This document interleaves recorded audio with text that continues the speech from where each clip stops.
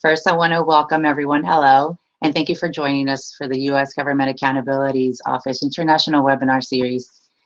Thank you again for being here with us. My name is Brenda Fernandez, and I'm a program analyst with GAO. And today's topic is the real-time auditing of COVID-19 activities. This is the first webinar in a series of webinars that will bring together experts and practitioners on topics relevant to the auditing community and to promote knowledge sharing and help address emerging issues auditors are facing during the pandemic. I would like to cover just a few housekeeping topics and items just to make sure everyone's aware before we turn over to our moderator. First thing I would like to note, today's session, there will be only audio and video for the moderator and the panelists. If you want to participate, which we encourage, we would hope that you would be able to add your comments or your questions to the YouTube feature, or you can email your questions and your comments, including any technical issues, to the INTOSAI COVID-19 at GAO.gov. Again, it's INTOSAI COVID-19 at GAO.gov if you want to send in any questions or any comments, or you can add it to the YouTube feature, YouTube chat feature. For our format, the first roughly 40 minutes will be a conversation based on prepared questions, and then the remaining time will be dedicated to any questions that the audience may have for the presenters. I would like to note that all comments that are added to the YouTube chat feature is being recorded and will be saved for later viewing on our webpage. Finally, this webinar is eligible for 1 continuing professional education credit for the U.S. participants, and also our international colleagues may be eligible for this credit. For more information, please check our website on the CPE's credits. That said, I am pleased to now turn it over to Mr. Mike Hicks. He is our GAO Director of International Relations, who will be moderating today's session. Thank you, Mike. Over to you. All right, thank you so much, Brenda, and warm greetings to all participants and our distinguished. I want to first acknowledge you, Brenda, and other GAO colleagues, including Mark Keenan, Brody Garner, Christy Conserve, Taka Riga, Laurel Veloder, Paul Miller, and Heather Santos, for all of your efforts today. To our guests, greatly appreciate participation. Wish you, your families, and your colleagues. National Relations at USGAO, and I'm pleased to moderate today's discussion. Today's event will differ from many webinars in that we have no presentations. It's just a discussion among colleagues about real-time auditing. With the emergence of the pandemic and trillions of dollars in emergency spending around the globe, the demand for real-time oversight of the spending is enormous. By real-time auditing, I mean auditing while or shortly after the money is spent, instead of longer-term retrospective reviews. I'm excited to welcome our distinguished panelists. It's not possible to list all of their titles and accomplishments, and there's much more in their biographies on the website, but here's a few highlights. First, in alphabetical order, GAO's Nikki Clowers serves as GAO's Managing Director of our healthcare team and is the lead on our COVID work. This has included bi-monthly reporting to our Congress on numerous aspects of the CARES Act and related government spending. Under her leadership, GAO's CARES Act work has led to 72 recommendations to our Congress and executive branch agencies. In addition to her day job, Nikki is a fellow of the National Academy of Public Administration. Welcome, Nikki. Next, I'm pleased to welcome Auditor General Pamela Monroe Ellis of Jamaica to the panel. Among other things, Pamela served as Auditor General since 2008, as Secretary General of the Caribbean Organization of Supreme Audit Institutions, as a director on the board of INTOSAI Development Initiative, as a commissioner of Jamaica's New Integrity Commission, and as a fellow of the Institute of Chartered Accountants of Jamaica and the Association of Chartered Certified Accountants. Welcome, Pamela. And last but not least, I want to welcome Archana Shirsat of the INTOSAI Development Initiative, where she serves as Deputy Director General, leading the professional and relevant size department. She supports size in complying with auditing standards and in demonstrating relevance to stakeholders by fostering innovation, leveraging technological advancement, and facilitating audit impact. She leads numerous projects and initiatives, and most recently, she sought to enhance the flexibility, agility, and resilience of size in conducting audit work in response to the pandemic. Welcome, Archana. And my first question for you, but before that, in terms of housekeeping, one I want to check, is my video working? Yes, yes, Mike. Yes. Can hear you. You can hear me? Can you see me? Yes. Okay, perfect. So in terms of housekeeping, I just want to encourage the panelists to keep their answers to 5 minutes. And with that, let's move forward in the spirit of INTOSAI motto, mutual experience benefits all. So Archana, to help us set the stage from a global perspective, since the beginning of the pandemic, IDI has shown great leadership and agility in helping SAIs conduct oversight of emergency spending. Could you please share your perspective on the extent to which SAIs are conducting real-time audits, the greatest areas of need, and how IDI's resources, including your work on transparency, accountability, and inclusiveness in audits, helps meet these needs? So Archana, to you. Thank you very much, Mike, for inviting the IDI to this interesting discussion and for your questions. I was reflecting on the questions that you had sent and looking at the extent at which SAIs are conducting real-time audits. I must just say that I'm simply amazed at the diverse work that is happening related to COVID-19 activities. You defined real-time audits very well for us. What I see is that SAIs not only do real-time audits, but they have also done pre-audit checks, concurrent checks, provision of information, reviews, and then what we call real-time audits. And I just think that it's necessary to use the term real-time audits much more broadly so that more SAIs can come into the fold. And wherever SAIs have not done such work where they have serious resource constraints, we have seen through our discussions with the SAI leadership that they have made plans to do such audits, and we will be supporting them through the TAI initiative, which I will speak about. In terms of the greatest need, we see that at the country level, there are many stakeholders who discuss this whole issue of the pandemic, and governments are responding, and stakeholders, including donors, are speaking with each other. But many times the SAIs are left out of this conversation. So what's important, I think, in terms of SAI need is SAI visibility and SAI voice, so that they have a place at the table where they can contribute, which they do. Besides this, the ability in terms of professional staff capacity is very necessary to take on this kind of work, and especially to work in a very flexible and agile fashion. The SAIs also don't have the ability most of the times to scale up and down as is required. That flexibility and agility that we're talking about again. From many SAIs, we have heard about the lack of availability of data, the lack of availability of technology to do remote work, and the safety measures that they face. Stakeholder relations are also something that gets strained at such times, and that also is some kind of a need area that we have seen. But most importantly, we have also seen specific issues related to SAI mandates. In many instances, we have seen governments questioning whether SAIs have the mandate to audit in a particular instance or not. So that is a very serious need that needs to be looked into. In terms of IDI, we are providing various support. It's available on our website, the support that we are providing. One particular initiative that I would like to mention is the transparency, accountability, and inclusiveness in emergency funding for COVID-19. That is an initiative that we have just started. We have just finished discussions with all INTOSAI regions. And in that initiative, we will be supporting SAIs in building their professional capacity through an integrated education and audit support platform. We're looking at a model which interweaves the principles of agility with a standards-based approach. It's a compliance audit. And we're looking for flexible and doable solutions which focus on stakeholder engagement, on looking at inclusiveness, and focusing also on quality and the impact of the audit. Because if the government doesn't accept what you are saying, then there is so much value that you can add. Thank you, Mike. Wow, that's a very impressive set of efforts that you have underway.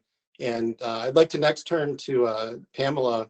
I remember meeting with you and Nikki early on in the pandemic. to discuss real-time audits of Jamaica's CARE program. And since then, I know that INTOSAI Jamaica conducted 3 real-time audits of the CARE program, made recommendations focused on internal controls, data validation, and eligible applicants for payments, and improper payments.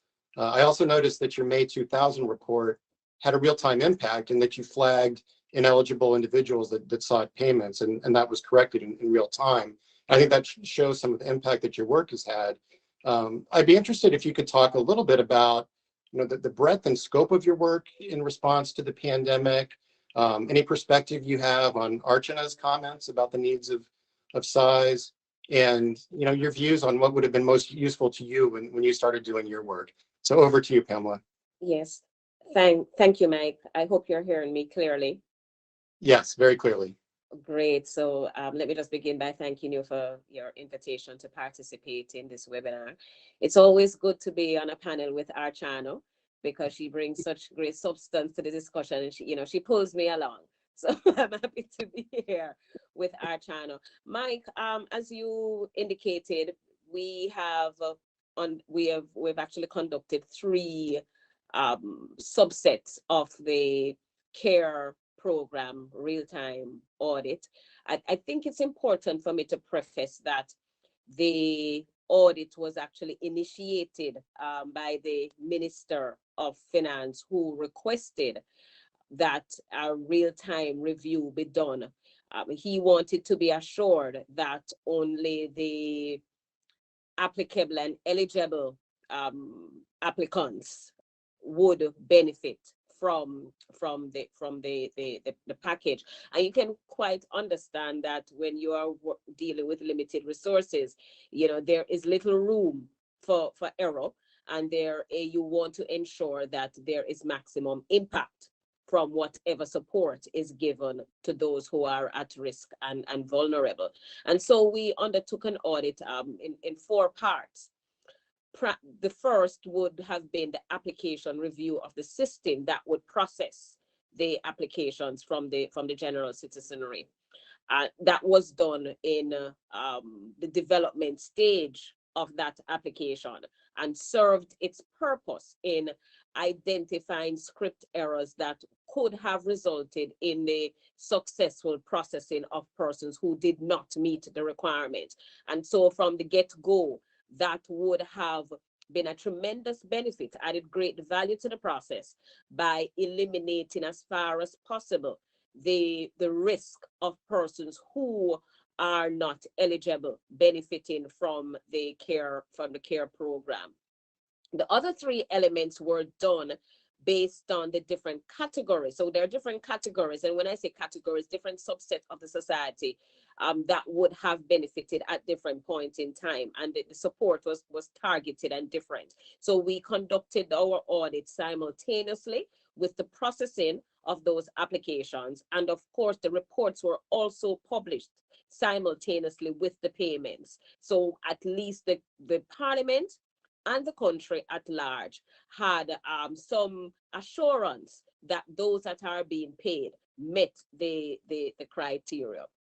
Now, in relation to Archana's comment, I would agree with Archana that what is important, the real-time audit, let me just step back a little to say that the real-time audit plays a very critical role, and something that we have always heard of the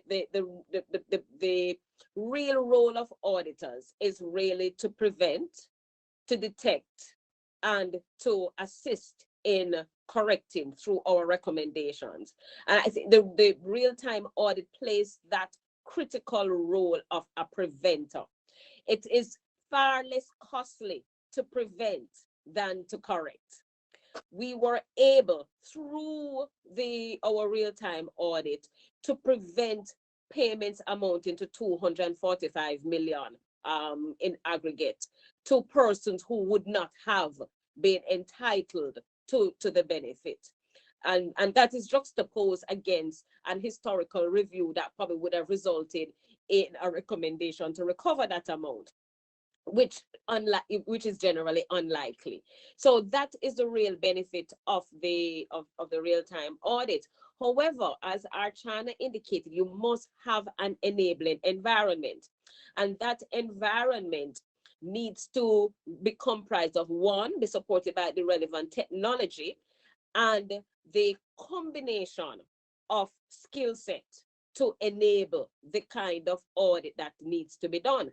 Because as you can quite relate to, that a real-time audit really takes place in an environment that is highly automated. So you're not going to have a system that is highly manual, that is going to be subject to that kind of real-time audit based on the nature of a manual system versus an automated system. So you must have the technology to interface. That is the first. And second, you must have the mix of staff competence that will be able to analyze and make sense of that information, and then to report it in a cohesive way. So I agree with Archana on the point of the need for there to be technology, the need for the site to have that level of independence that would allow them to acquire the combination of skill set that they need, plus the technology. So the independence is needed in not only in terms of human resources, but also in financial support. And of course, it also presents a challenge if the mandate is challenged, to say that your mandate does not permit you to actually undertake that kind of that kind of audit. So I'll stop there for now, Mike. Thank you very much, Pamela. Just briefly, in retrospect, what would have been most useful to you beyond the items that you just mentioned in terms of technology and the right skill sets, competence, and independence? Is there anything else that you wish you'd known when you started doing your work just about a year ago? Mike, I don't know if it's, I would say that it would have been useful to me at the beginning, but more that it reinforced certain certain points for me. And that is, one, the need to have an agile environment, one where you can respond in a short time, but also one that where you are constantly aware of what is happening around you. No, I would not have been able to respond to the minister's request if we had not made certain decisions, say 5 years ago, with respect to the automation of our business processes. So what it reinforces for me is the need that it is critical that you continue to innovate. And when I say innovate, I'm not speaking really to technology. I'm speaking to be constantly seeking to improve your processes, being aware of your environment so that you can respond in a meaningful way when you are in a crisis. I mean, when we took a decision 7 years ago to automate, whereas I had in my mind that, one should be able to work from wherever they are, it never occurred to me 5 years or 6 years ago that we would be at a point where we were forced to work in another location other than the office. And so it is important that we keep pace with technology, we keep pace with the socio-economic changes that are taking place, so that, in keeping with the spirit of INTOSAI 12, that, working for the value and benefit of size, that, we can continue to remain relevant to the citizens who we cater to. Thank you very much. And it's very impressive that you had the foresight to prepare and innovate so that you were well positioned to conduct this work during this global health pandemic. So thank you very much. I'd now like to turn to Nikki. And Nikki, I think the audience would be interested in your reactions to the comments of Archana and Pamela, and how this relates to your own experience, developing and implementing the GAO approach to real-time audits of emergency spending. And if you could also talk a little bit about some of the challenges you faced in conducting GAO's work. So over to you, Nikki. Thanks, Mike, and thanks for hosting today, and thank you to my fellow panelists. It's a pleasure to be on the panel with you and hear from you and learn from you. And reflecting on some of the comments, I really have to echo many of them. It's nice going third, right? I get to say I agree. I could keep it really short and just say I agree, but I'll add a little bit more to that. You know, in terms of what Pamela was talking about near the end of her comments about the foresight and planning for the future, thinking about what you need in terms of the work environment, the technology, developing your people, the policies that you need to put in place. I mean, very fortunate that GAO had done that preparation and work that allowed us to continue working sort of seamlessly over the last year as we were forced to work from home and had the technology in place that allowed us to carry our work forward. But also the word that she used is agility. One of the things I often, I use that word as well as with my team is you have to be nimble. You have to be able to react. You have to be able to not only on sort of individual projects, but sort of managing a portfolio. And that is something that we've talked a lot about as a team over the last 5 years, and trying to develop that capacity and capability within ourselves that we can keep moving forward even when we hit stumbles or unexpected issues like data challenges that Archana mentioned at the beginning. You have to be able to come up with solutions to that and keep things moving forward. And I think that's really important as well. One of the other comments was talking about just in terms of the importance of real-time auditing. And I agree, it's been so important that we've been able to do that as an audit community. And in terms of providing that ongoing oversight, one of the things I think about and talk to the teams about is that, you know, traditionally we provide more of that oversight role, right? It's that retrospective. This is how the program worked. This is what didn't work about it. Here's what we can learn from it. Here's how we can improve going forward. But what we needed to do over this last year is really shift into that mode of insight and foresight, anticipating the problems that the government may face in their response and recovery efforts. And that was informed from decades of work as well as on the ground real-time auditing that we were doing. We certainly faced challenges in conducting that real-time oversight. Archana mentioned that the data challenges in the sense that one of the challenges that we faced is that government systems, it takes a while for them to get set up and the data to start getting produced. And also what we saw is, you know, surprisingly, sometimes the data quality were poor or just not as timely as we wanted. You know, now we're working in a real-time environment. Well, we want the data, we want to know what happened last week, you know, or, you know, last month, not what happened 6 months ago. And trying to extract that data in a quick time frame, pulling that data from the agencies can be challenging. One of the things that really helped us in working with the agencies, though, is that our mandate for this real-time oversight came from a law that was passed in the United States called the CARES Act, and that provided and directed us to provide the real-time oversight.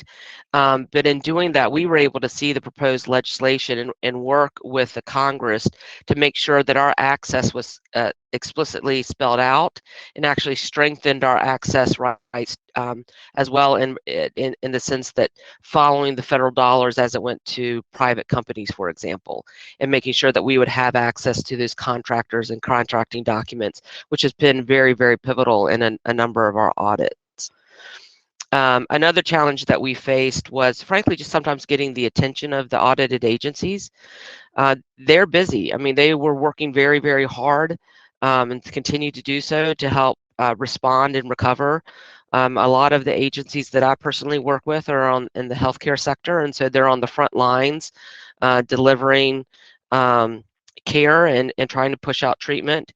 We also have been working a lot with the economic sort of development or the funding agencies like the Small Business Administration that was charged with getting trillions of dollars out very, very quickly to help stabilize the economy. And as you can imagine, they have that focus, and in meeting with us, responding to our document request is seen as sort of an afterthought, sort of an additional layer. And so we've had to work very closely with them to try to get their attention, keep their attention, and get the information that we wanted. Again, using the word nimble, we did this by a number of ways. One, communicating very early with them about our statutory responsibilities, outlining expectations both for them, but also what they could expect from us in terms of that we would help prioritize ongoing audits, and so they would know which would be the most important for us in terms of responding. We also try to work around their schedules. So we've had weekend meetings with them, late night meetings because that's when we could get the agency officials available and talking to us. And then the final challenge is just at times you feel like you're chasing a moving train because the policies are being developed as you're auditing them, the programs are being rolled out. Your understanding of a program 1 week will change to the next because the program's changed as the facts and circumstances of the pandemic and its effects have changed. And so being quick learners, again, using that word agility, trying to react to that and not getting hung up in terms of how things are changing, but adapting to that and continuing to move forward. That's been a challenge, but again, having worked on these type of real-time audits in the past, I think gave us a head start, and also working to develop the capacity of our workforce in doing so. Thank you very much, Nikki. And I saw Pamela and Archana both nodding during your Yes. that all of the panelists can relate to one another's comments. And you've already alluded to some of the key lessons that you've learned, but maybe we could distill some of the key lessons learned as we think about what we've been through and then the circumstances that some of our international colleagues are in as they're conducting this work. So I'd like to just ask all of you the same two-part question, starting with Archana. And that's, what are the most important lessons you've learned from your work thus far, and what advice do you have for SAIs that are conducting real-time audits?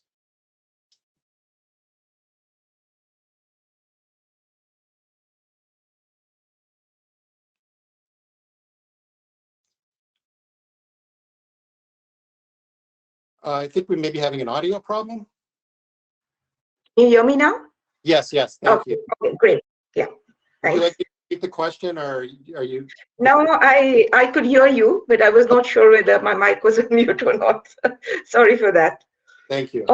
I've really enjoyed listening to Pamela and Nikki's reflections. Unlike me, they come from real experience, and it kind of makes me want to go back to an SAI and get my hands dirty with an audit. But especially when Nikki talked about a moving train, I could so relate to it, that things just change so fast and you can't be at the same place at all. So I was again reflecting on your two questions, Mike, and I thought that maybe I could combine the answer and speak about 6 reflections that I have based on lessons learned and also the reflections that I'd like to share. One thing that I really feel is that from an international perspective, we have seen very clearly how preparedness really helps with resilience, but not all SAIs have have that capacity or the environment in which they can develop that resilience. So I sometimes also think that it's important for us as an international community to think about those SAIs where the environment may not be there, where the resilience may not be there, where the IT may not be there at all. And then think about how can they do real-time audits in those circumstances. Because if we give them advice now that, you start building your IT infrastructure now, for me, now is not the time. I mean, now is the time to act within what you have. What you will then build is for the future, because if you now act in haste, you're not going to build well for the future. All those who are relying on what they have built is something you've built 5-6 years ago and are reaping the benefits now. So I think now is a good time to start thinking about the future, but not build in haste. So that for me is a key thing, especially for those SAIs. And we have really seen SAIs where, it's forget IT, it's difficult to lay your hands on paper as well. So it's not just challenges that come with COVID. There are challenges, security challenges that have existed all along. So they are auditing really challenging circumstances. But what I would like to say to them is that it's possible for them to do real-time audits, and we are happy to help them in doing it. Of course, within their mandates and within their current capacities. Then when I look at the nature of the work, many times I see that SAIs may not be very clear on the nature of the work that they have done or the kind of value that they want to add. So I think it's very important for SAIs to decide upfront about what is the nature of the work they want to do, what is the value they want to add, and consequently, which are their standards that they will follow. If it is not possible to follow standards, even that reflection needs to come in, because you need to be very transparent with your stakeholders about the quality of work you have done, and provide assurance on that quality of work. So that reflection I would really encourage, and I think that's very necessary. Another thing I've seen in this pandemic, like Nikki was saying, it's a moving train. Things that were relevant during COVID 1 year ago are no longer relevant. So you, like Pamela was saying, you need to constantly, have your ears on the ground and see what's changing. And like, for example, now the constant refrain I hear is vaccines. So everybody's talking vaccines. So if now it seems to have shifted quite a bit, the conversation. So then, what is the topic that you will look at or what you will audit? Breaking up things into manageable chunks is something we always recommend to SAIs, because that's the only way you can be agile and responsive, and having that quick time to turn around and report in a timely fashion very frequently. And I have seen some SAIs who've been very innovative about this within constraining mandates, because they don't have mandates, but they still manage to do it. Stakeholder coalitions, again, I've seen SAIs beautifully using stakeholder coalitions right at the beginning, especially when they don't have mandates. They use stakeholders to kind of piggyback off each other. And this has been very useful for many SAIs.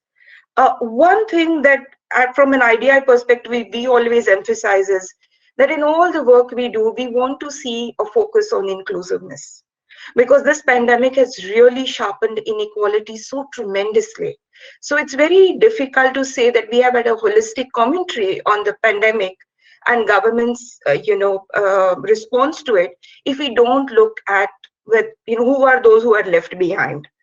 And one question that I think it was the AG of Malta who asked me this question when I was in a INTOSAI seminar, and it's about this balancing empathy with public interest, because the government is also operating in extremely difficult circumstances, and they have also never seen this kind of a thing before. So when you are reporting on your audit, do you kind of, or in your dealing with the government, are you exhibiting that empathy, which is of course not at the cost of protecting public interest, but that empathetic attitude, which sometimes as auditors we find it a bit difficult to demonstrate. So those are some of the reflections I have. Thank you, Mike. Thank you so much, Archana. That's an excellent set of thoughts. And I know Nikki alluded to the empathy issue a little bit in her comments, talking about recognizing the position that government agencies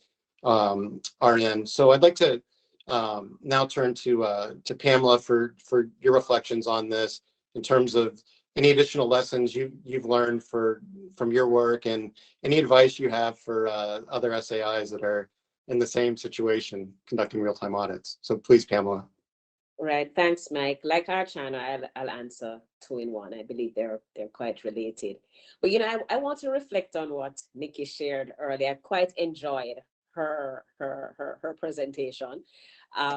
In fact, based on what Nikki said, I believe that we can actually create a template for real-time audit, because there seem to be some critical ingredients that are necessary. And what is evident to me, and which I would have learned, would have been reinforced during my own experience, is that you really need an equal measure of technology and soft skills.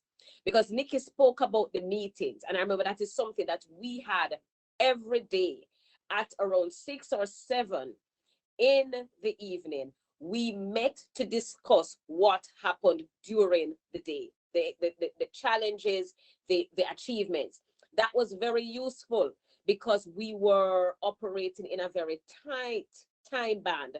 And so if there are challenges, we needed to address them. I was a part of those meetings. I didn't share the meetings. I actually attended as a team member, but everyone had a critical role to play. And so I call them the 3 C's that I believe would be very important, because real-time auditing is nascent for many persons. And we have some SAIs that are more developed and experienced in it, which is very good, because at least they have created the wheel for us to actually follow. However, I think it's important that we realize the importance of coordination, of communication, and commitment. You need a team that is committed. And I can say to you that I believe I speak to all team members, that when the audit had been completed, meaning that once we had delivered the reports, I think we all felt exhausted. I felt like I'd gone through a storm. And that is because of how engaged we were over that 6-week period. We were meeting at night, and we were actually writing the report whilst the audit was in progress. So we were not just discussing the findings, we were also reviewing reports together as a team. And I know my other team members had it harder, because they were up at 3-4 o'clock in the morning, because that's when there was less demand on the bandwidth that would allow them to then interrogate the database without much interruption because of the slowness of bandwidth.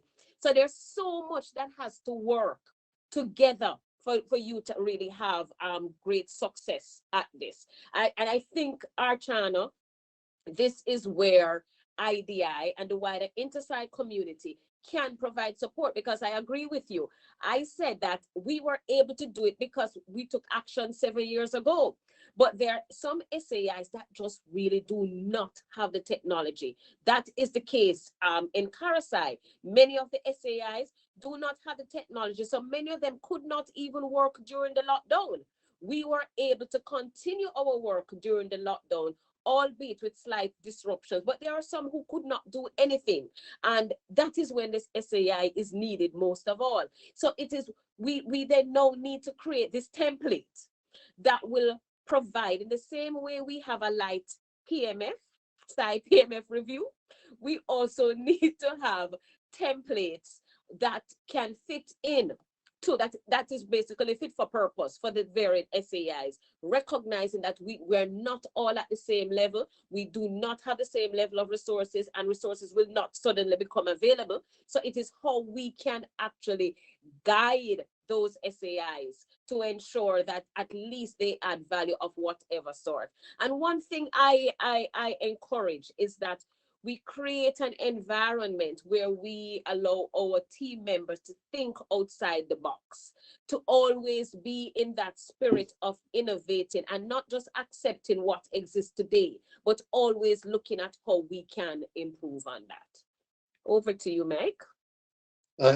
Thank you so much. And when you were talking, I was thinking about Nikki, and I'm sure that you can relate to the concept of sleepless nights and late night meetings, and eager to hear your perspectives on this question about lessons learned and advice for other SAIs. Yeah, absolutely. I definitely can relate, and it made me smile too in terms of just thinking about the commitment of our workforce, and how across GAO people work so hard over the last year. That Pamela certainly can relate to the long nights, um, early mornings, weekend work as we try to get the reports done in a real-time fashion. Um, and that was the commitment I've seen through everyone that was working on these issues at GAO. And in fact, that you use the word commitment to the issues. I mean, at times during the year, I went to people and said, we'll rotate you off the audit so you can have a break. And they wanted to stay on because they were committed to the issues. And, yes, I'm tired, but this is important and I want to keep going. And just so impressed with my colleagues. And I could see the passion for it and the importance of it, because that's one of the things I wanted to share today, just how important this real-time auditing is. It the need for the real-time oversight and accountability is so high, with so much money flowing out the door so fast, to programs that are being stood up, as we were talking about, as they, on the fly, so to speak. And it comes at a time when, frankly, trust in government and institutions is low. And people need to know that there is someone that's providing that oversight, that is providing constructive suggestions for improvement. What we've seen in our work is, certainly with the audited agencies, I talked earlier about how dedicated they were in terms of trying to get the dollars out the door, get the programs launched. And what we've seen is that mission achievement, that's the focus, mission achievement. And what takes the back seat then is the accountability and the transparency. I think too often agencies or government agencies may see that as something that's layered on at the end. And what's prioritized is the mission achievement, and really trying to work with them through our real-time auditing that accountability and transparency need to be incorporated up front. Pamela, you talked about that, sort of that upfront, the prepayment checks and those type of things, because not only is it at the end, it's more costly to try to claw back those dollars. It's harder to do. You don't get the dollars. But it goes back to the point I was making, that erodes trust, the public trust in the government agencies, when they see that there's big mistakes that are being made. So despite the challenges that we're talking about today, I want to just sort of emphasize the importance of this work, and applaud those for sort of plowing through and doing what it takes. I also want to, reflecting on a comment that Archana made in terms of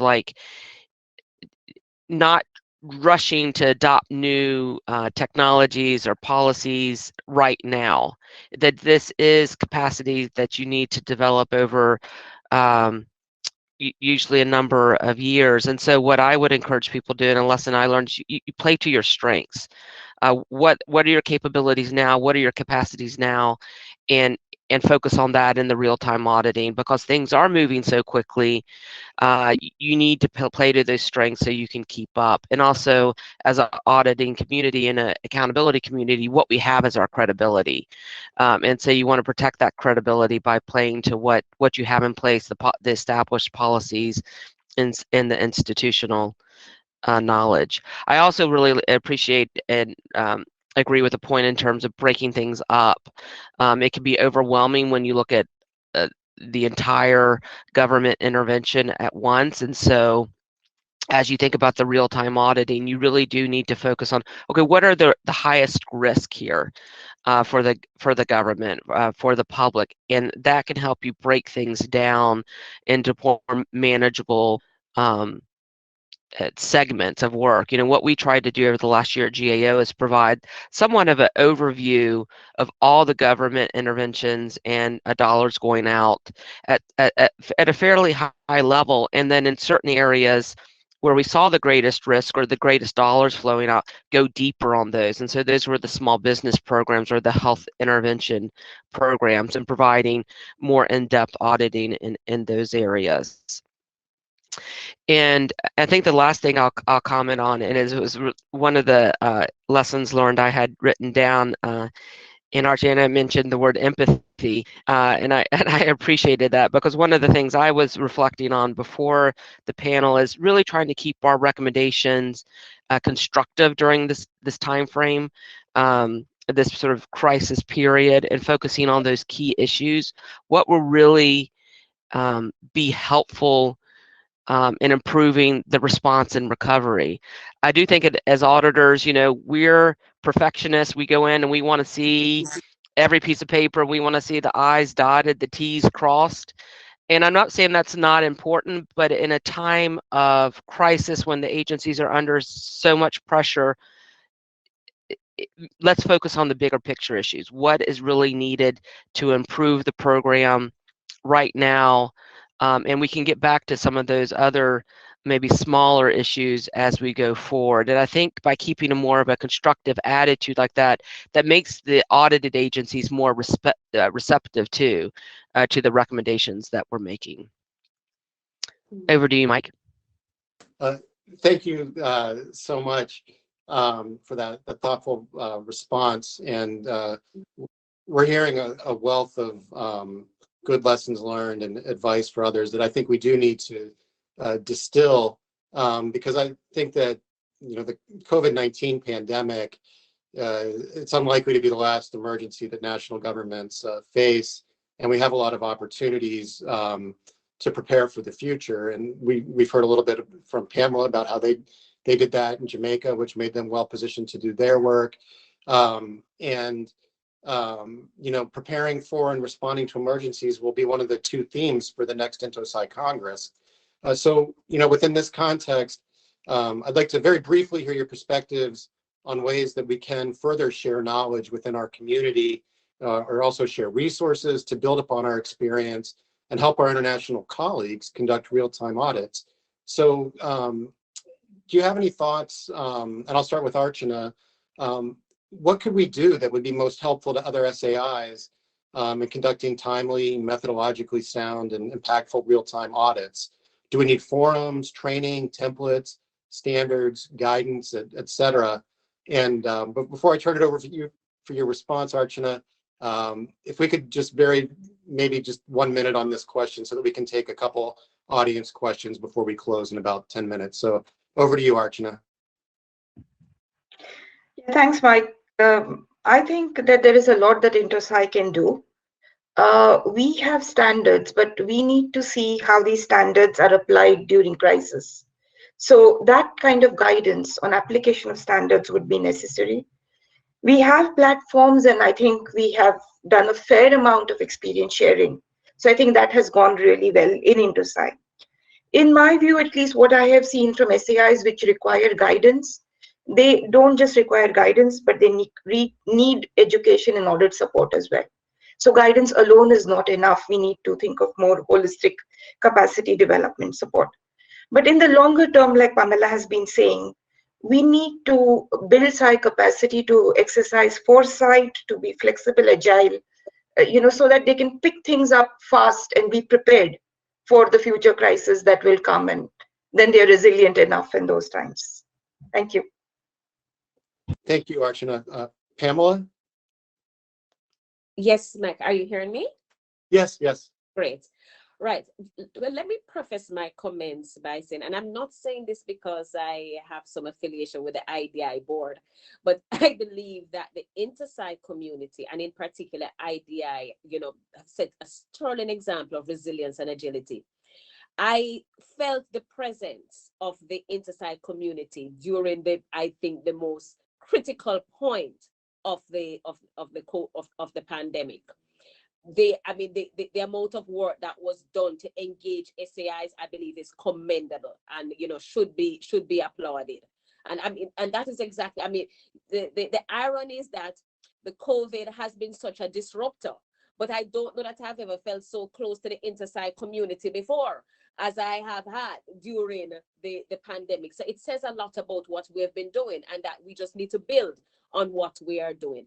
I would say that the key takeaways from the COVID-19 experience my recommendation is that, one, we have to anticipate unforeseen eventuality. We have to embrace change brought about by any eventuality, you know, rather than whining about it. We just have to respond in, you know, because we are in a dynamic environment.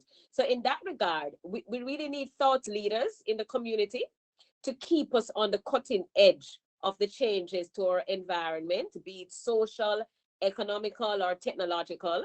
And we must have or continue to utilize all four available tools to communicate to all SAIs to ensure that we do not leave anyone behind in this time. Because as we speak about the vulnerable in societies, there are also SAIs that are quite vulnerable, and there we have to pay attention to those SAIs as a community to ensure that the knowledge is shared. And though we are not all on the same level, we're all making some impact in whatever way we can.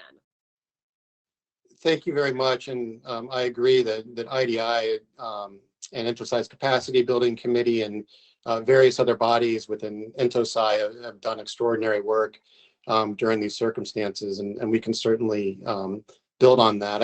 I'd like to go to Nikki for your reflections. Sure, and I'll make it quick, Mike, so we can get to audience. You know, just 2 points. One, I do think there's the value in documenting the type of work that we've done across the community. It will certainly range in terms of sort of the focus and the methods used, but I think that's a useful endeavor for everyone to see the range of work that can be done, and for the SAI community to reflect on sort of what that means going forward, and then start to think about the capabilities that they want to develop going forward that could allow them to participate in certain types of audits that maybe they didn't do during the current crisis. And then and related to what Pamela was saying, one of the words that came to my mind, Pamela, was resiliency. This is, we have a current pandemic now. This is the crisis of today. There'll be additional crises in the future, probably coming at us in a quicker succession. And as a community, we need to build up our resiliency and a capacity to do that. So I think continued focus on our workforce and developing the skill sets needed to carry out audits in this type of environment is needed, and something that I would hope that we can focus on. Thank you very much, Nikki. And that's a excellent segue into some audience questions. And in the interest of time, I'm going to combine 2 questions that we received, one from the Asian Development Bank and one from SAI South Africa. And the questions are you aware of any software that's been particularly helpful that other SAIs might consider using as they do their real-time audits? And then from South Africa, which I'll just combine with this, and I think it gets to what Nikki was saying a little bit, are there any expert skills that staff had to acquire to conduct this work? So let me go to Archana for that, and we have about 5 minutes left. So any thoughts on software tools beyond anything that IDI is producing, or any other expert skills that you think are critical for this work?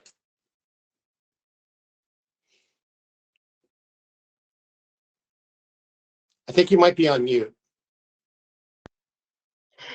Yeah, I'm not aware of any software that can be used across the board. I've seen that it pretty much requires customization at each country level. So, but that's something that we will be exploring in another project on leveraging on technological advancement. So that's coming up and it's there. In terms of skill sets, yes, when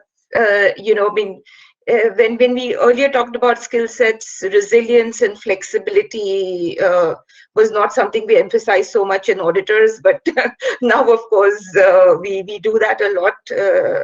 And I think this is very important, the ability to be resilient and flexible and agile. Yeah. Definitely. And Pamela, any reflections on these questions?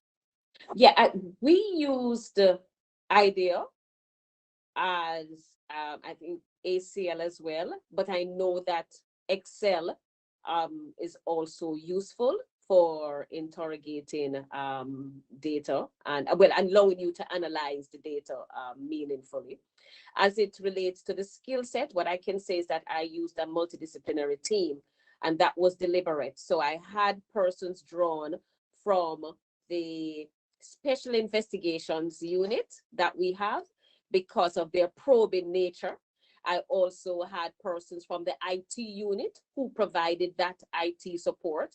And I also had the head of IT in the department involved, who is not an auditor and he has never been, but he felt like he was auditing. But I needed his skill set, especially with connecting and interfacing with the various databases remotely. Thank you so much, Pamela. And Nikki, any thoughts or reflections on this? Yeah, just two thoughts on the technology. It really has varied for us. I mean, even within the United States, between each agency, it was different in terms of different technologies they were using and what we had to use to try to share documents. And that's what some of the technologies that we used was sort of that sharing of documents electronically. So again, I think cataloging those type of technologies and what were used could be helpful. In terms of skill set, certainly the deep program knowledge that our auditors had from working on various programs over a number of years, sometimes decades, was instrumental. And again, that goes to that capacity building that we want. But also, I would emphasize, and I think Pamela used this word earlier, the softer skills too. Those are really critical, especially when time's tight, stress is high.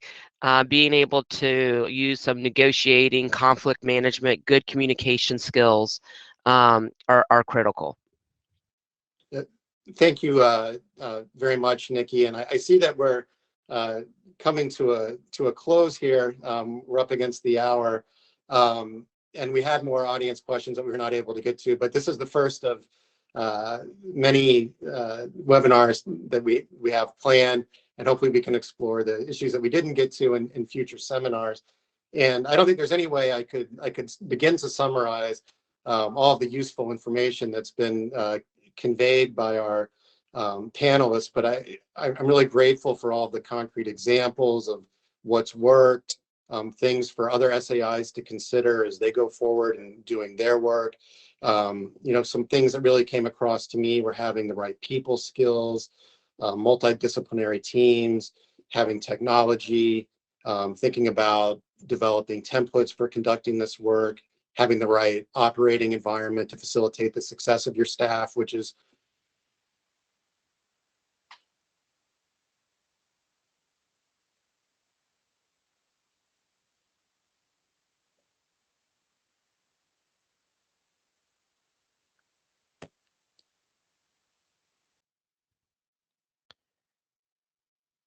Did we lose Mike? I think we did. Hopefully he'll jump back Yeah, on. I think we've lost Mike. Well, there goes our moderator. You may I think he will be back. Yes. Yeah, there's Brenda. There's Brenda. Hi, Brenda. Hello. I noticed that he dropped off. He might be back in a minute, but at least in the essence, to make sure that I convey the message that he was trying to say. But thank you very, very much. I know there are a lot of messages that were overlapping, definitely things that everyone can learn from and can use in their own individual way at their own SAI. So greatly appreciate the knowledge sharing and all the information that you gave us. Unless there's anything else, I greatly appreciate you guys. And we will be seeing each other again for the next series. Again, if anyone wants to see us, please feel free to check out our website. We will have this video posted again for later viewing for anyone that wasn't able to participate or view it at the time on live. Thank you very much, ladies. Greatly appreciate you. You guys have a great rest of your day and week. Yes, you too. Thank you so very much. I really enjoyed this conversation. Me too. I learned a lot. Thank you all. Thank you. Thanks, Brenda. Bye.